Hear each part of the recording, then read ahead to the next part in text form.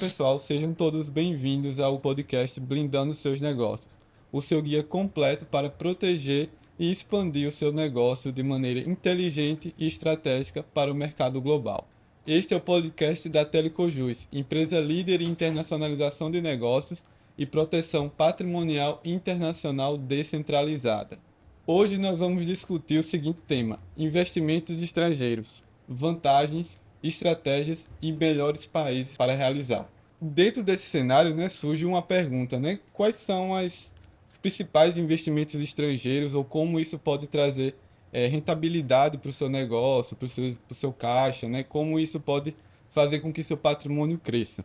Então, hoje a gente tem um cenário que os investimentos internacionais eles podem trazer para quem tem interesse, tanto aspectos de diversificar o seu patrimônio. Então, a gente consegue encontrar vários mercados para investir, como também trazer uma rentabilidade maior em comparação a investimentos aqui no Brasil, seja a rentabilidade direta ou até mesmo ganho em variação cambial, da comparação real com dólar. Meu nome é Matheus Marques, eu sou contador atuante na Telecojus, especialista em offshores e em estruturas patrimoniais internacionais. E para a nossa profunda discussão aqui, nós temos a equipe de research da Telecojus, seja para montagem de operações offshore ou investimentos. E hoje eu tenho aqui comigo o Vinícius Cavalcante, gerente de estudos operacionais, o Matt, que é o chefe do setor de estruturas internacionais, e também tem o Natan, o chefe do setor de jurisdições. Então, sem mais delongas, a gente vai começar aqui a bater um papo sobre esse tema. Então, eu gostaria de iniciar aqui com o Natan, que está ao meu lado, para entender, por que investir no exterior? Quais são as vantagens ao se utilizar desse veículo?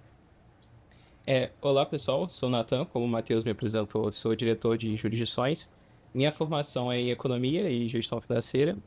E quanto ao ponto que o Matheus levantou dos investimentos no exterior, tem várias vantagens que você consegue obter tendo uma estrutura offshore, principalmente se for uma estrutura de holding patrimonial, fazendo os investimentos por meio dela, ou mesmo uma empresa limitada, na LLC, para fazer os investimentos em outra jurisdição. Então, você consegue ter uma diminuição de custos, principalmente, porque você não vai ter mais o problema do câmbio, porque você não vai precisar fazer o câmbio do real brasileiro para o dólar americano a todo tempo. Então, esse ágio que ocorre nessa variação cambial, ele é inexistente, porque seus ativos estarão em dólar. A questão também da segurança, porque você consegue ter um patrimônio em jurisdições de alto nível, que não tem a insegurança do Brasil, não tem o histórico de trocar moeda a cada 30 anos, ter inflação acima de 10%. Então, por exemplo, Cayman, BVI, próprias Bahamas, Suíça, são várias jurisdições que são adequadas para você conseguir investir e ter uma maior segurança e até mesmo obter maiores retornos, porque você vai pagar menos impostos, você vai conseguir várias vantagens e também vai estar aberto a uma quantidade maior de ativos financeiros, sejam ações brasileiras, você pode obter também, ações americanas, ações europeias, ETFs, fundos, entre vários outros ativos que existem. E hoje a gente está tendo um crescimento, Vini, da parte de criptomoedas, A gente está num pico aqui no auge dos investimentos. E dentro desse cenário a gente tem a criação dos ETFs, relacionados a criptos, e que a gente consegue acessar principalmente hoje através da bolsa nos Estados Unidos, Então comenta um pouco sobre esse movimento da criação dos ETFs e também se você puder comentar e explicar para o nosso público que não conhece tanto a diferença entre a B3 e a NYSE e Nasdaq, que são as duas bolsas de valores lá dos Estados Unidos. Bom, eu vou tomar aqui um tempo de vocês, assim, acima de tudo, a gente vai discorrer sobre muitos assuntos no podcast. Então, mas de forma resumida, o que é um ETF? Um ETF é um fundo negociado em bolsa que replica o movimento ali de um ativo que o fundo, a empresa responsável por geri-lo, detém um par, por assim dizer, um igual, como garantia. Então, de forma resumida, é isso. Os ETFs nos Estados Unidos representam aí um grande avanço na indústria das criptomoedas, pela simples razão de isso atrair grandes fundos de investimento e, como consequência, muito dinheiro. Por isso, há uma grande expansão do setor através da institucionalização das empresas que atuam na área. Mais à frente a gente vai falar aí sobre a importância de uma empresa offshore que pode lhe possibilitar montar, lhe expor a esse tipo de investimento aí. E uma das razões é a otimização tributária. O Brasil já possui, muito antes dos Estados Unidos aí, ETFs de Bitcoin e de Ethereum, por exemplo. Mas há algumas questões aí que uma internacionalização de empresa proporcionam, a qual não está vigente para quem opera nessa jurisdição. Então, mais adiante, a gente vai desenvolver um pouco sobre isso e eu passo a bola para o Matheus de novo. Certo. Então, Matias, quando a gente pega esse cenário, a gente pensa assim, principalmente em investimento em bolsa e para quem está começando, né? Você consegue acessar as criptos através da bolsa dos Estados Unidos ou até da bolsa brasileira, né? Mas pensando em mercado, né? O mercado dos Estados Unidos ele é mais tem um histórico maior, então ele é muito mais robusto. E quando a gente pensa em acessar ele, seja diretamente na pessoa física ou através de uma offshore, a gente precisa levar em consideração alguns aspectos, né? Seja a tributação, seja o tipo de investimentos que a gente pode encontrar nesses mercados. Então, se você puder comentar um pouco aí quais são esses investimentos que a gente consegue encontrar dentro lá dos Estados Unidos ou também em outros mercados. Perfeito. Bom, primeiramente, o mais conhecido, que são as ações, né? Todo mundo, quando pensa em investimentos em mercados acionários ou mercado de investimentos, pensam em ações. Tá um pouco na cultura de filmes, de televisão, livros, que é na parte de participação acionária, são as ações. Também temos imóveis, né? Imóveis, que é um investimento nos Estados Unidos. Fundos imobiliários também, de forma indireta, para que você não se exponha diretamente às desvalorizações ou dificuldade de fazer uma venda de imóvel, que às vezes não é líquido, é um mercado altamente líquido. Apenas pessoas com certo capital conseguem entrar e se não tem o capital, elas terceirizam essa responsabilidade. Então, basicamente, daí vem o financiamento imobiliário, etc. E é um pouco mais difícil concretizar negócios de alta velocidade. Então, tem a questão dos fundos de investimento imobiliário, tem as ações, tem também os ETFs, que já foi comentado pelo Matheus e pelo Vinícius. Temos também a questão das criptomoedas, que é liberada nos Estados Unidos, mas é altamente regulada. Tanto que a maioria das corretoras não aceitam cidadãos dos Estados Unidos justamente por essa questão. Alguns produtos financeiros são reduzidos a cidadãos americanos. Então, se você é um residente do Brasil ou de algum outro país da América do Sul ou Europa, saiba que você pode ter acesso ao mercado americano, tendo inclusive mais vantagens do que o americano naturalizado de lá. Porque esses mercados eles estão disponíveis por meio de plataformas de investimento que oferecem a um baixo custo e você não vai ser sujeito à carga tributária americana, por assim dizer, se as suas operações forem basicamente realizadas usando uma offshore. Então, temos a parte das ações, criptomoedas, ETFs também. Títulos públicos também. Títulos públicos, exatamente, de 10 anos, 25 anos, 100 anos, tem tudo isso. Também tem ações colateralizadas. E também existem outras formas de investimento, como propriedade intelectual. Os Estados Unidos é um dos maiores países do mundo em questão de defesa da propriedade intelectual, de direitos. Então, essas são maneiras que eu considero as mais tradicionais, por assim dizer, do investimento no setor americano. Certo. E Natan, dentro desse cenário, quando você começa a investir no exterior, e aí seja, como comentei, né, pessoa física ou através de offshore, sempre surgem obstáculos e desafios durante esse percurso, né?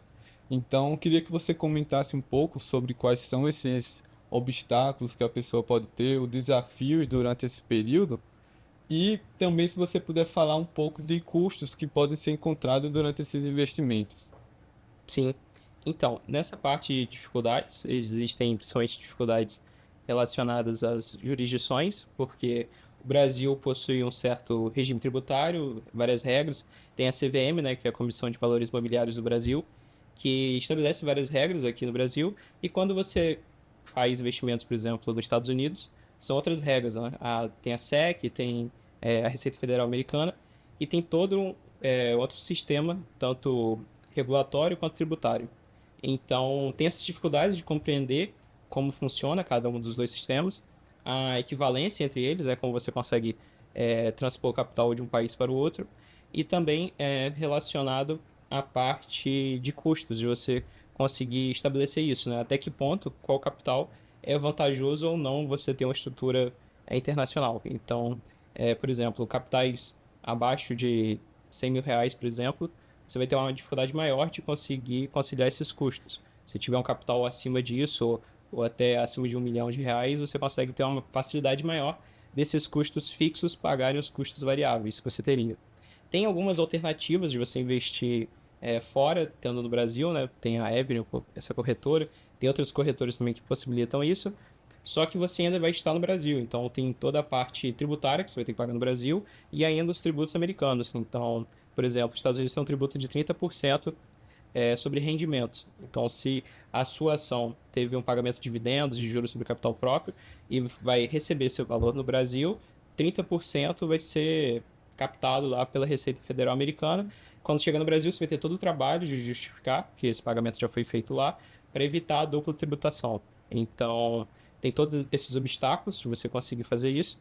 E tem principalmente relacionado ao quanto capital você tem e a disposição de você conseguir uma empresa, uma assessoria especializada nessa área para fazer sentido. Porque caso você faça por conta própria, possivelmente você vai ter maiores dificuldades e obstáculos e isso vai se tornar algo inviável. Você vai gastar tanto tempo em aprender sobre esses conceitos, aprender como funcionam esses países, entender como você consegue relacionar eles, aprender a parte de câmbio, porque você vai precisar fazer câmbio, os investimentos, como você vai estabelecer isso. Então é algo que é muito custoso se for feito por conta própria, apesar de ser possível ser feito. Então, eu acredito que seja isso. Então, dentro disso, já entrando na parte dos melhores países ou quais são as melhores estruturas para se investir no exterior, eu abro assim a pergunta para todos vocês, porque eu gostaria também de comentar da parte geopolítica, né? Como isso influencia dentro da hora da gente escolher uma estrutura ou escolher um país que seja para investir na Bolsa dos Estados Unidos, por exemplo. Eu acho que tem muitos fatores históricos de geopolítica que podem definir qual é o melhor país para isso. Então, eu gostaria que vocês comentassem. Então, se o Vinícius puder começar.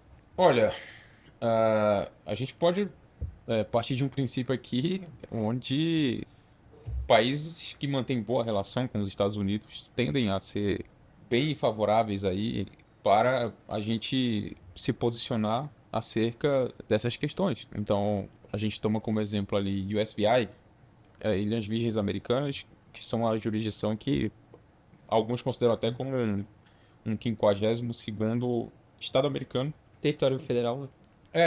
Então, assim, Porto Rico também, né? então, Porto Rico seria o 51º. É, Ilhas Virgens Americanas seria o 52º. A qual é uma série de benefícios ali de quem está baseado nesses lugares, num lugar como esse, está passível ali de usufruir de uma série de benefícios, inclusive tributários. Então, parte desse princípio aí, países como Samoa Americana também é outro exemplo, são países que proporcionam uma série de benefícios, reiterando, dentre os quais quem está lá não necessariamente vai pagar o ônus de quem estaria, por exemplo, em uma unidade da Federação Americana dos Estados Unidos. Sim. Um estado como Califórnia, como Oregon, como Nova York, e coisa assim.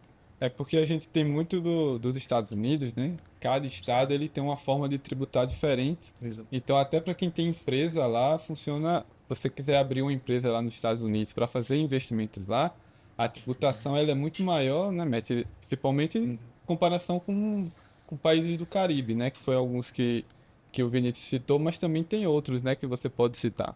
Perfeito. Bom, voltando um pouco ao comentário do Nathan sobre a questão de investimentos nos Estados Unidos, não necessariamente você precisa ter acesso ao mercado americano por meio de corretoras ou empresas americanas. Você pode fazer investimento por meio de empresas que estão já sediadas nessas localizações offshore, mas você também pode abrir a sua offshore justamente para evitar uma tributação de forma desfavorável. É justamente o que estávamos comentando a princípio,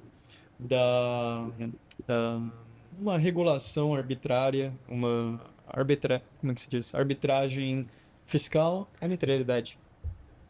Pode ser arbitrariedade. Arbitragem no caso de você comparar uma jurisdição com a outra e buscar investir em uma e não na outra. Então, nós fazemos estudo, principalmente, da onde é a sua residência fiscal, qual país você tributa, porque existem países que são cidadania, Se você tem a cidadania americana, você é tributado em todo mundo, independente de se você mora ou não nos Estados Unidos.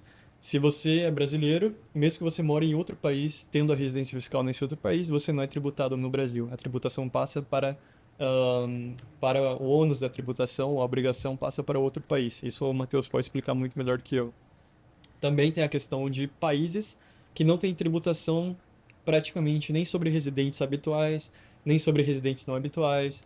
Então, existem mercados de venda dessas residências fiscais que são muito, como é que se diz? Elas não são tão conhecidas pelo mundo afora, senão mais pessoas estariam aderindo a esse mercado, né, e usariam esses benefícios, mas elas também têm uma certa mistificação. Por exemplo, todo mundo quer um passaporte europeu, quer um passaporte americano, quer um green card, e acaba pagando o preço de investimentos que eles fizeram 10, 20 anos atrás, que não tem nada a ver com esses países. Então, basicamente, as pessoas não levam em consideração como que essas novas regulações e as novas cidadanias ou residências que elas forem ter afetam o patrimônio delas no Brasil. Então, é importante fazer essa segregação de patrimônio da parte tributária, do seu diversificação de ativos, basicamente. Então, uma área que o Matheus tem muito domínio em cima e ele pode nos explicar sobre essa questão mais a fundo. E voltando um pouco à pergunta inicial do Matheus, né, que era da questão das jurisdições, etc., as mais conhecidas são Cayman, como o Vinícius também comentou, tem Panamá, tem BVI, tem vários desses lugares que são preferíveis para investimentos. Panamá nem tanto, que ele está um pouco queimado com a União Europeia, com o resto do mundo, mas Cayman é uma jurisdição muito boa. É possível acessar o mercado americano, o mercado europeu, o mercado asiático. Há muitas startups sediadas em Cayman, não é isso? Exatamente. Muitas startups também. É um país que, de certo modo, abraça a inovação. Então, esse é um comentário um pouco sucinto, né, da pergunta formulada. E eu não sei se o pessoal conhece, né? Mas a maior parte dos países do Caribe, ele tem uma tributação que a gente chama de tributação territorial, né? Então, Exato. apenas as receitas que são geradas internamente do país ou que estejam ligadas com residentes fiscais daquele país é que são tributadas. Então, os ganhos de capital que você tem lá nos Estados Unidos com a compra e venda de ações ou mesmo com a compra e venda de criptomoedas também não são tributados naquelas jurisdições. Seja se você for um residente de lá, né, investir no exterior, ou seja você tendo uma empresa lá fazendo esses investimentos. Uhum. E, Natan, pegando um pouco do que o Matias estava falando, por exemplo, ele falou do Panamá, certo? O Panamá é um excelente país para abertura de offshore, mas existe essa questão do pessoal que mora na Europa, por exemplo, né? Então, a pessoa que tem um passaporte, uma residência na Itália ou em Portugal, ele vai ter certas dificuldades no local que ele mora para montar ou para justificar que tem uma empresa no Panamá, né, pela questão da lista negra da União Europeia. E aí eu queria que você comentasse como a gente analisa isso dentro dos estudos e também comentar algumas opções que são conhecidas até, mas que não estão no Caribe, mas estão mais próximas dos brasileiros, né? Sim. Como Paraguai e Uruguai, que podem trazer essa vantagem de você ter as offshore, né, no Caribe, que seja, e não ter essa tributação na pessoa física dentro do país. Sim, entendi. Então, quanto ao Paraguai e Uruguai, são jurisdições muito utilizadas, principalmente na parte de residência. Paraguai e Uruguai têm uma grande facilidade de você obter a residência. Daí, com a residência nessas jurisdições, você consegue ter uma tributação muito menor e ter uma maior eficiência ali no seu negócio mesmo. Mas a questão é que tanto o Uruguai quanto o Paraguai têm muita cooperação com o Brasil. Então, dependendo da situação, para o empresário não é tão vantajoso ter uma empresa nessas jurisdições. E além disso, comparado com jurisdições na Ásia, no Caribe, até algumas na Europa, tem desvantagens relacionadas ao Paraguai e Uruguai na parte de digitalização, na facilidade de você ser um cidadão estrangeiro do país com a empresa lá. Então, acaba que para um negócio operacional, pode ser que não faça tanto sentido você ter uma base no Uruguai e no Paraguai, mas para a parte de cidadania, de residência, é bastante vantajoso. Já no ponto do Panamá, relacionado com a União Europeia, o Panamá ficou queimado, como o Matias disse, porque vários empresários políticos da Europa tinham negócios no Panamá e teve um vazamento de dados por parte de uma companhia do Panamá Panama Papers. O escândalo do Panama Papers, Mossack Fonseca. e acabou gerando um grande problema ali relacionado ao Panamá com a União Europeia. Porque a União Europeia é o bloco econômico, né, o bloco político que lidera essa parte de regulação fiscal pelo mundo, junto com a OCDE. Então, a União Europeia não gosta muito de regimes offshore, não gosta desse tipo de possibilidade para os empresários e normalmente tenta punir os cidadãos europeus que se relacionam com essas jurisdições. O Panamá foi tirado para Cristo, né, para ser o foco da União Europeia, e daí gerou esses problemas.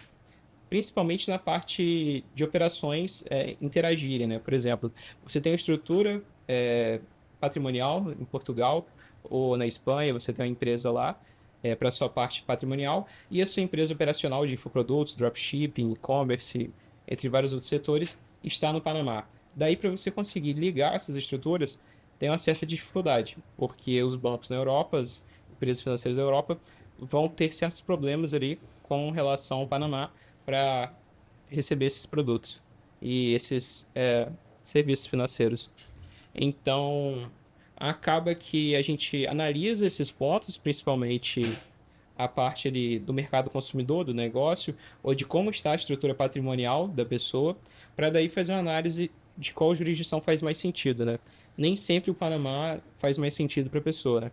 Principalmente se for um cidadão europeu, tiver essa parte de já ter patrimônio na União Europeia e ter que fazer essa ponte.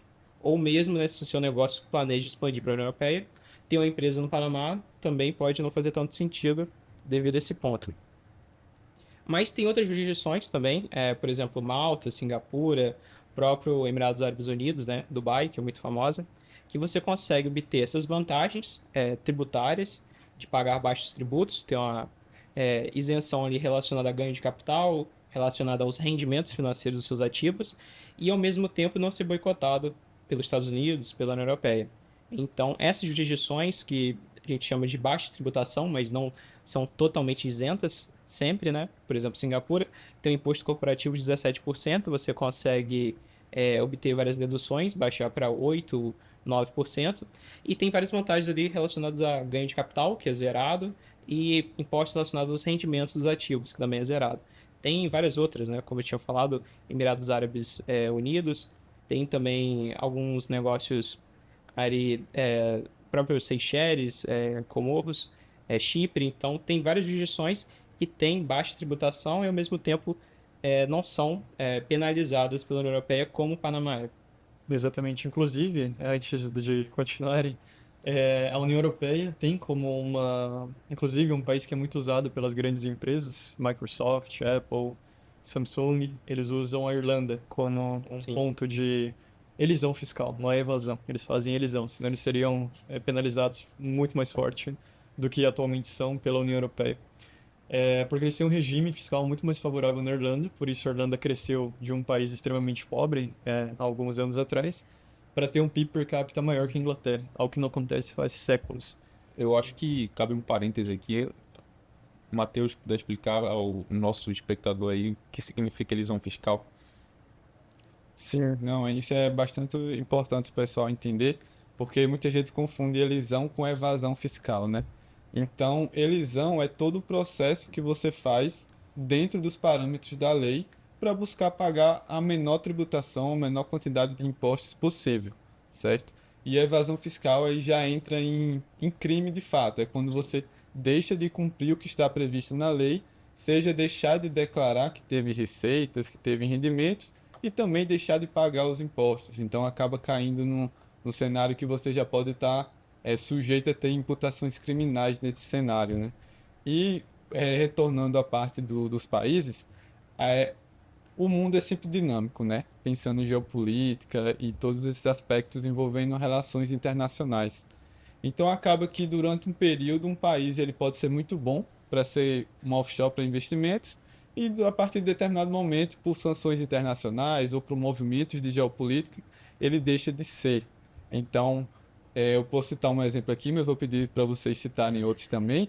BVI, que era uma excelente opção, ainda pode ser utilizada para investimentos, mas a parte contábil e de obrigações legais dentro do país vem piorando ao longo do tempo.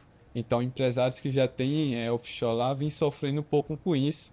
Mas eu queria saber de vocês se tem algum destaque de offshore que em algum momento ele era uma boa opção para ser um offshore para investimentos e a partir do momento ele deixou de ser por algum motivo, esteja geopolítico, de problemas ou a guerra, enfim. Aí a gente tem vários cenários que podem impactar isso.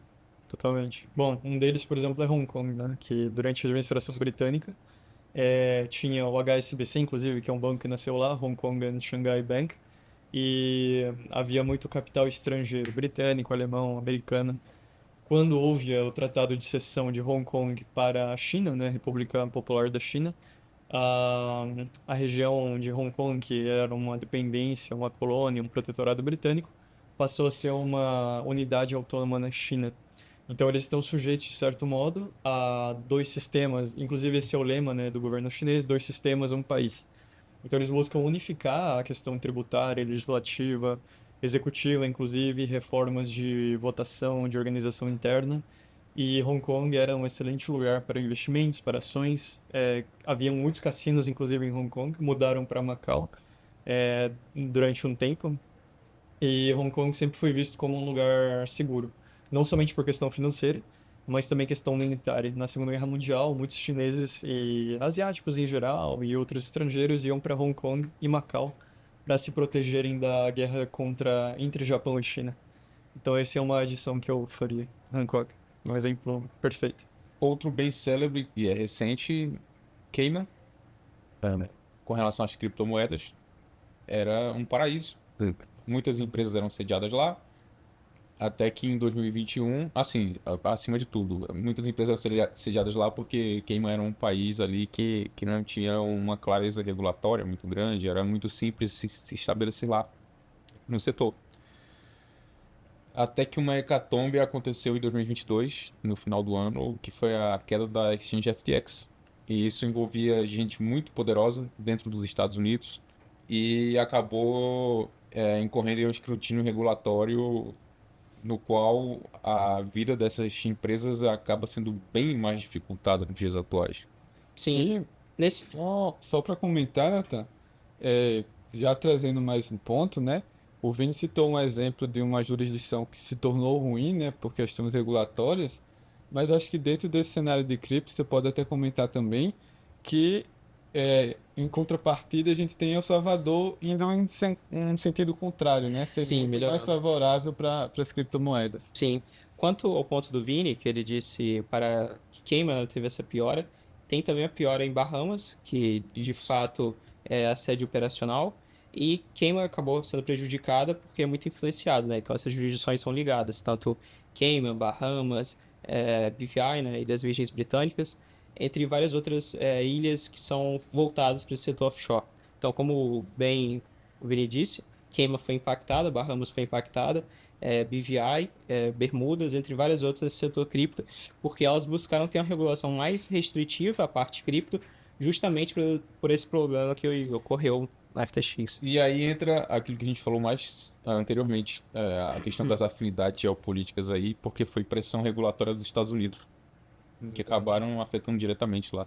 Exatamente. Na parte de El Salvador, né, tem um ponto totalmente contrário. É uma jurisdição que a gente pode colocar como caribenha, apesar de não estar no Mar do Caribe, né, mas possui um modelo totalmente voltado para essa parte de offshore e também até mesmo uma cultura similar a outras, Costa Rica, o próprio Panamá, né, a cultura que é similar a essas outras regiões caribenhas. Então, a gente coloca também como faz parte do Caribe, mas de fato é da América Central.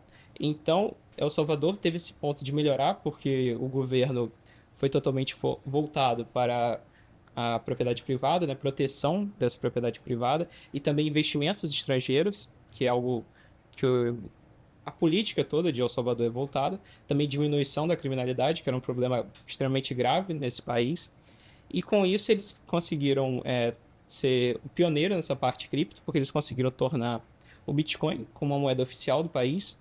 Anteriormente, o país tinha uma moeda oficial, só que teve vários problemas de inflação, como vários outros países da América Latina, substituiu isso para o dólar americano, e como eles tinham alguns problemas de dólar americano, né, principalmente por causa do efeito Cantillon, onde partes que estão na borda da inflação, né, porque a inflação do dólar é emitida pelo Fed, então é pelo Banco Central. Daí, quando você tem pontos mais distantes, então um país que utiliza dólar acaba sofrendo mais com essa inflação monetária e com esse problema que acaba impactando os preços. Então, pensando nesse ponto, El Salvador juntou vários componentes e tornou o Bitcoin a moeda oficial e também, ao mesmo tempo, possibilitou várias exchanges, mineradoras e empresas do setor para se localizarem nessa jurisdição. Sempre adequado à regulação, que evita fraudes e vários outros problemas, mas, de certa forma, muito positivo para esse setor. Também para a parte de tecnologia, né? El Salvador também é de destaque nessa parte. E é importante destacar que a gente comentou aqui de Cayman e Bahamas na parte de criptomoedas, mas se a gente pensa nessas jurisdições, né, para investir na Bolsa dos Estados Unidos, por exemplo, ela ainda tende nesse cenário. Então, isso é uma parte do nosso trabalho aqui também, né? Entender o objetivo dos nossos clientes, do que as pessoas precisam e encontrar as melhores jurisdições para aquilo que elas necessitam, tá? Então, já entrando um pouquinho aqui na parte final, gostaria de saber assim com vocês, é, considerando os principais veículos de investimentos hoje de maneira internacional, né? Os ETFs, ações americanas, os fundos imobiliários lá também, perdão, as criptomoedas. Então, dentro desse cenário, quais são os principais aspectos que o investidor ele deve considerar na hora de investir, na hora de fazer essas análises, e também quais são os principais, como é que eu posso dizer, pontos que eles devem utilizar. Eu ia citar um exemplo aqui, como a diversificação. Então, como é que ele diversifica isso? Queria que vocês comentassem um pouco sobre isso também. Sim. Então, eu acredito que nessa parte do investidor a gente precisa ter uma certa diferença. Se ele é um investidor na parte patrimonial, como o patrimônio dele está disposto, né? Se é um patrimônio mais líquido, ou seja, está em títulos, em ações, daí a gente tem uma certa abordagem. Se o patrimônio dele está mais em imóveis, em cotas de ações, de empresas que não estão na bolsa de valores, né, não é de capital aberto, a gente já tem outra abordagem. E se de fato é uma estrutura operacional para a parte digital. Então aí a gente tem um outro tipo de forma de fazer. Então, de acordo com cada forma, com cada situação do cliente, a gente adequa essa, essa conjuntura toda para conseguir ter sempre a jurisdição de maior vantagem. Então, a gente observa principalmente na parte operacional o mercado consumidor, então onde estão os clientes dessa empresa, qual o planejamento de expansão dessa empresa, qual o capital que ela tem atualmente, que é algo bem importante, como a equipe dela funciona, qual o produto dela, quais os meios que ela utiliza para vender esse produto ou serviço, qual é a parte financeira, se ela utiliza cripto, não utiliza, se ela recebe pagamentos internacionais ou só brasileiros. Então, todos esses pontos precisam ser analisados para, de fato, montar um estudo operacional que faça sentido para o cliente. Então, se o cliente fizer por conta própria, ele pode abrir, por exemplo, no Panamá, uma empresa, pode abrir nos Estados Unidos por conta própria, usando alguma outra empresa. Mas ele não terá essa conjuntura toda de serviços, essa consultoria completa, para conseguir entender se de fato faz sentido usar aquela jurisdição. Então, por isso que a gente sempre frisa esse ponto de ter uma conjuntura, de analisar toda a situação, ter um serviço bem completo, para daí conseguir se posicionar de forma internacional com de fato tendo os benefícios e sem tanto os malefícios. E a gente estava conversando até aqui nos bastidores, né, Matt? Na hora de buscar investimentos, buscar assim, investimentos antifrágeis, né? Exatamente. Sim, empresas ou ativos, né? Que ao longo de muitos anos eles estão aí se mantendo ativos, né? De bom valor, que entregam valor aos clientes, aos investidores. Isso mesmo. Como ações, né, algumas empresas realmente são muito duradouras. O Matheus justamente tinha mencionado empresas que existem desde 1910, 1929, passaram pela crise de 29, que foi a maior crise econômica da história, praticamente registrada. Também criptomoedas, algumas, né, não todas. Para Bitcoin é quem uma quiser se delas. aventurar nesse caso, né? Exatamente. Também tem imóveis, né? Obviamente, só uma mudança brutal de regime, por exemplo, pode derrubar o preço de um imóvel ou alguma bolha imobiliária, como é o caso de países como Canadá, Hong Kong, Japão, inclusive alguns países da Europa, que os imóveis estão muito altos. Então, o que a gente busca fazer na empresa é isso que o Nathan comentou, juntamente com a parte de segurança. Nós também oferecemos a segurança para o cliente não ter o patrimônio dele depreciado por questões geopolíticas, por, como é que se diz, por alguma arbitrariedade do governo. Então, no que nós nos especializamos de certa forma é oferecer para o cliente soluções para que ele não somente mantenha o seu capital, mas também o expanda no tempo, porque, por exemplo, 20% ao ano afeta totalmente seu patrimônio futuro, em vez de 10% ao ano ou 5% ao ano, e em alguns casos até quando é zerado o imposto. Os juros compostos, né? Os juros Ao longo compostos, do tempo. exatamente. Então, é uma contribuição que, infelizmente, todos os países têm, de certo modo, né, que é a contribuição do imposto. Tem taxas, tem, inclusive, alguns impostos escondidos como a inflação. Então, nem todos os clientes, eles buscam, como o Nathan comentou, fazer a parte do patrimônio, né, da defesa do patrimônio, evitando inflação, evitando insegurança, usando uma moeda que vai manter o valor do seu dinheiro com o tempo, porque existe uma regra que rege o universo, que é a teoria do... Como é que se diz? É a teoria do... Como que é o nome? Esqueci. Segue o jogo. Segue o verdade. Existe a teoria da mudança que existe no universo, uma mudança constante. Essa mudança, ela praticamente se chama entropia. Então, essa teoria da entropia, ela coloca que o universo, ele um dia vai deixar de existir, assim como ele teve um início. E com o tempo, essa entropia vai aumentando. E isso acaba reduzindo, por assim dizer, a efetividade por exemplo, envelhecimento humano é, de certo modo, uma entropia. Então, nós buscamos reduzir a entropia, que é o processo físico, só que nesse caso aplicado ao patrimônio. Nós buscamos tirar o máximo possível da carga tributária em cima, para que o seu patrimônio não sofra demais com a entropia. Obviamente é impossível reduzir isso ao máximo, mas nós realizamos estudos de acordo com cada caso, os patrimoniais, os operacionais e também os que buscam a expansão de mercados. Então, por exemplo, uma empresa que atua no Brasil ou que atua no exterior e ela quer expandir o mercado dela para a Ásia, para a Europa, a União Europeia e a América do Sul, nós temos as soluções devidas para cada uma dessas requisições feitas pelo cliente. E Vinícius, dentro das criptomoedas, eu sei que é um mundo gigantesco, né? Seria um assunto para mais um podcast. Com certeza. Mas o que você pode comentar assim para quem quer começar a investir ou quer entender, porque a gente está num período agora de crescimento das criptomoedas, então está chamando muita atenção dos investidores. Então, quais são os principais aspectos, né, que você tem que tomar na hora de investir e também os cuidados, né? Nesse momento de tanto alvoroço, né, pelo O crescimento. marketing. Claro, claro. Acima de tudo, quem quiser investir em criptomoedas tem que ter em mente que não pode colocar em um ativo aquilo que lhe fará chorar caso eventualmente ele caia 50% em um 80%. dia, ou mesmo 80, 90% no decorrer do tempo antes de se valorizar 10.000%. Essa é a grande questão. Assim, controle o seu risco. Você não consegue controlar para onde o mercado vai, mas você consegue controlar o que você pode perder. Então, a primeira coisa é essa aí. A segunda é que você tem que saber em que contexto você se encontra. É importante também. Porque às vezes a gente está achando que tá tudo uma maravilha, mas acontece o que aconteceu com a FTX, como a gente falou anteriormente. Então é bom ter muita prudência com relação a isso.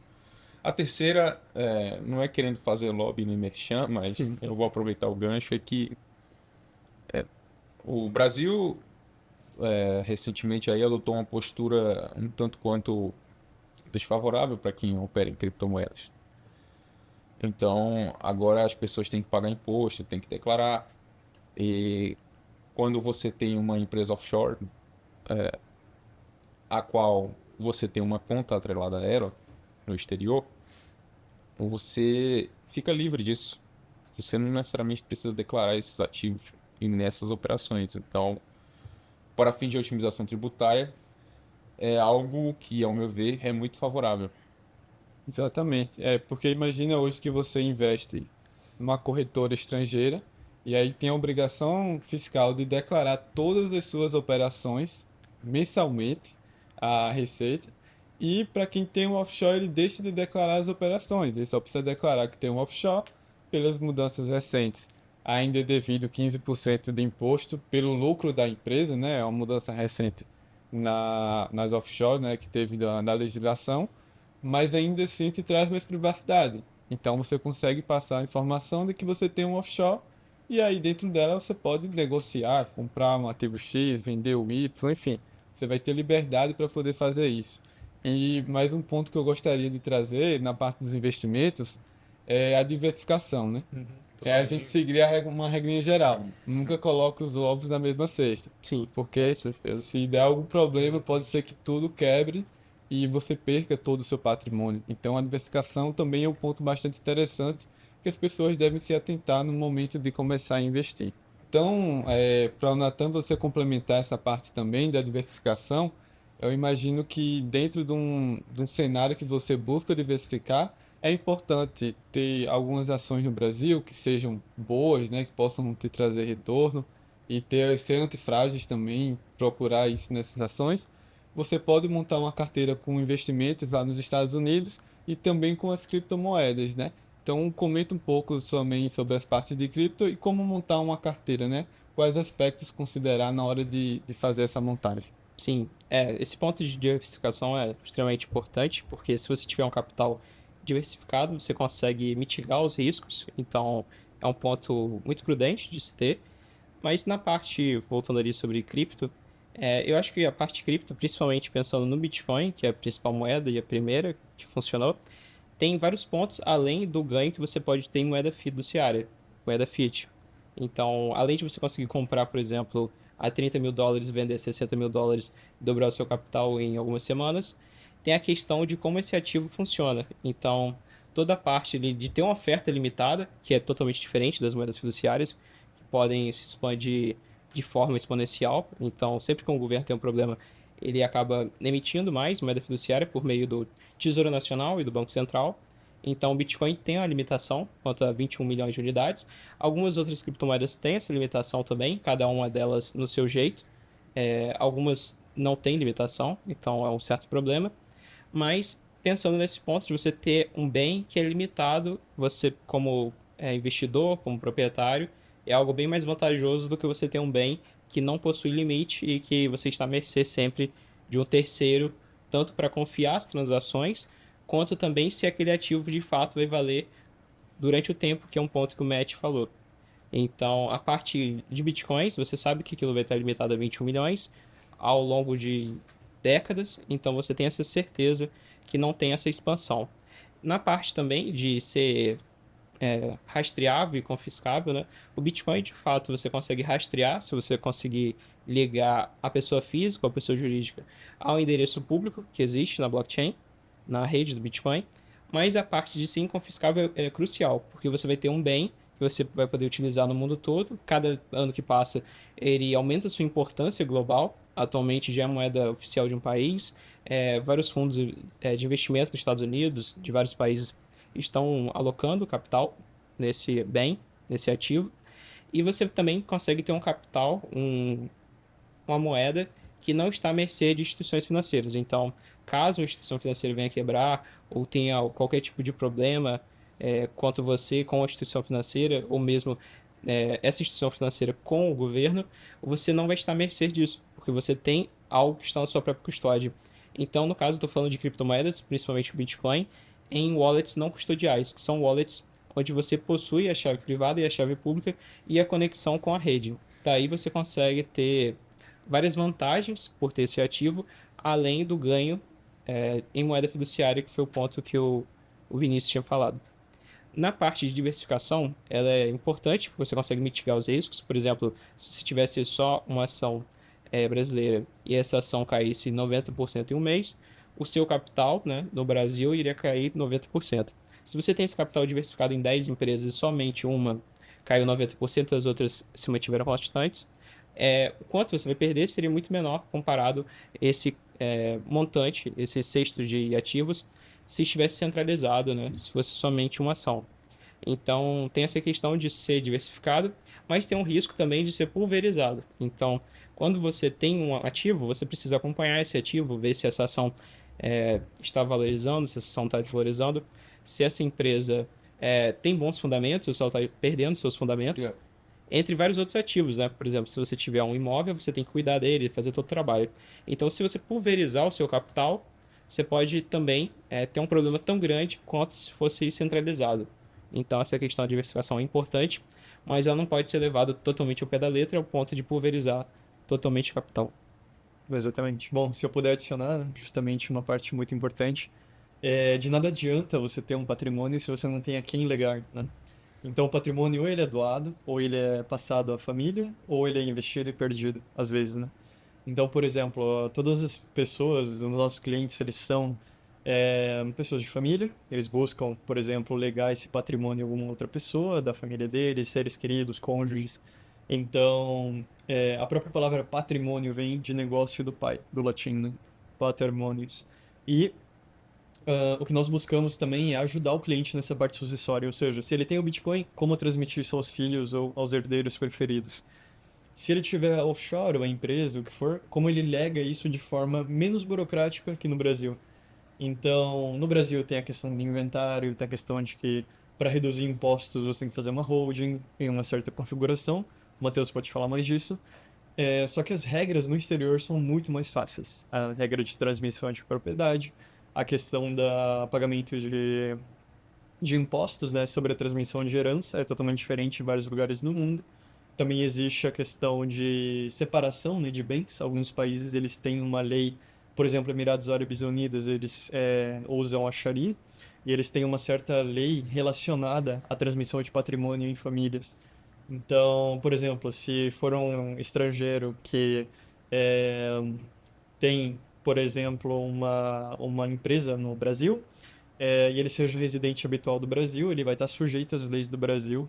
E se ele fizesse a empresa dele como uma empresa de fora e fizesse operações no Brasil, o tratamento tributário é totalmente diferente. Então, nossa empresa se especializa, de certo modo, nessa questão da arbitragem regulatória, de você ir onde você é melhor tratado, obviamente, e você ir em um país que realmente te aceita e busca receber você de braços abertos, independente da quantidade de capital que tem. Com certeza, Matt. E isso é parte da missão da Telecojus, né? Então, nosso objetivo principal é romper essas barreiras que a gente tem, seja das jurisdições, seja de poder investir em outros países. Então, nosso objetivo principal é romper essas barreiras que são impostas aos empresários.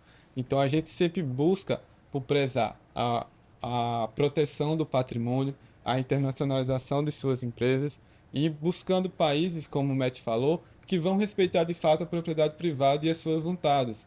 Como ele estava comentando a parte sucessória, aqui no Brasil é muito complicado, questão de herança.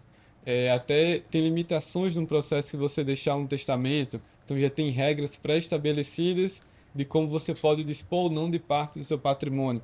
Então a gente sempre busca, como objetivo nosso, romper essas barreiras, romper esse cerco que existe aqui no Brasil e para você poder ter mais opções para poder investir, proteger o seu patrimônio e, posteriormente, como o Matt falou, suceder seu patrimônio aos seus filhos, aos seus herdeiros, conforme as suas próprias vontades, o que é o mais importante dentro disso.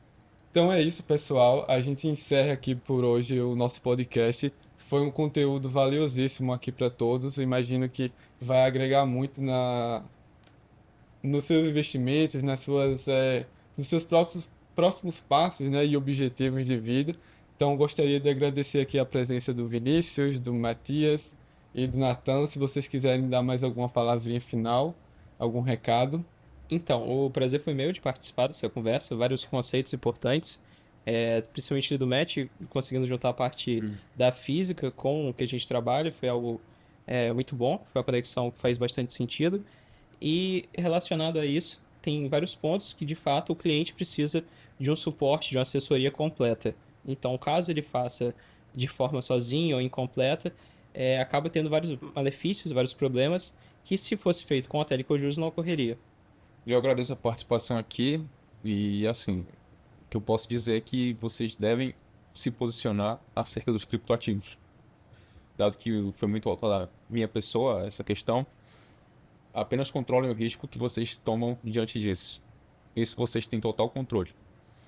E é isso, meu muito obrigado. Bom, perfeito. Agradeço muito a participação de todos aqui, agradeço o convite também. Queria comentar um caveat, né, uma regrinha aqui que temos da empresa. Tire o patrimônio do Brasil antes que o Brasil tire o patrimônio de você. É o mais importante. Então, nós buscamos passar isso para os nossos clientes, obviamente. E também tem a questão de fazer o melhor trabalho possível para os clientes. E nós sempre levamos em consideração as necessidades de cada um. Não é uma solução de cookie cutter, né? Que é tipo uma solução para todos, a mesma, que tem muita empresa que infelizmente faz isso. E nós buscamos juntar todas as informações e conhecimento na área tributária, fiscal, monetária, de criptoativos, de segurança digital, para tornar o seu negócio mais resiliente contra as mudanças do mundo, que é totalmente instável. Principalmente com a questão geopolítica hoje em dia. Então, encerro assim mesmo. Show de bola. Então, gostaria de agradecer a presença de vocês. Tenho certeza que o conteúdo que você trouxe aqui, vocês trouxeram, vai agregar muito nos investimentos das pessoas e nos próximos passos que eles vão tomar. Quero também fazer um agradecimento especial a todos vocês que acompanharam o nosso podcast. Então, se vocês gostaram do conteúdo, deixe o seu like em apoio ao nosso trabalho aqui para vocês. Caso você tenha alguma sugestão de próximos temas ou queira entender como você pode proteger o seu patrimônio, é só ir no direct da Telecojus, lá no Instagram, @Telecojus, que a gente vai estar disposto a te atender e te passar as explicações que sejam necessárias. Então é isso. Mais uma vez, obrigado a todos. Até o próximo episódio. Tchau, tchau.